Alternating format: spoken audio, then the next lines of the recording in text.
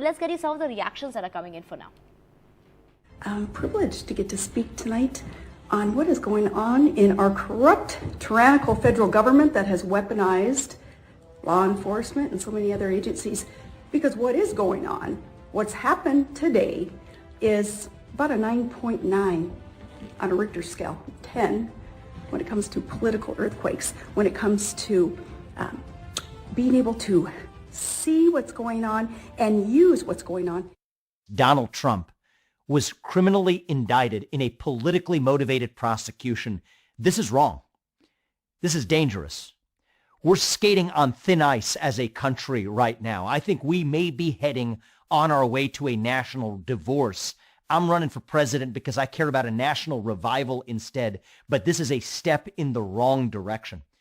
You don't know what? Alvin Bragg, he ran on a campaign, a political campaign for his position, pledging to investigate Donald Trump. You don't know what he did today? He delivered on a campaign promise. That is not how our justice system is supposed to work. Justice is supposed to be impartial. If this had been anybody else other than Donald Trump on this set of facts, it would have been charged as a misdemeanor at most, if at all.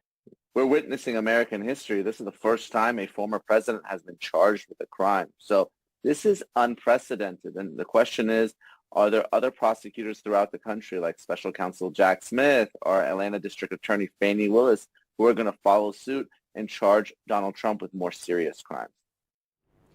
In fact, Divya, there's a lot of interesting detail I'm reading on our website, NDTV.com, as well, as to how Daniels went on to describe about a rather unflattering description of Trump's anatomy, etc., in her book. So that's also something that's very interesting. But as Parmeshwar was also pointing out, the charges right now are barely known. But what are the details that we know as far as the timeline is concerned? Because that is interesting, because the timing of this indictment comes as a real surprise to Donald Trump. So let's just have a look at that timeline and what it implies.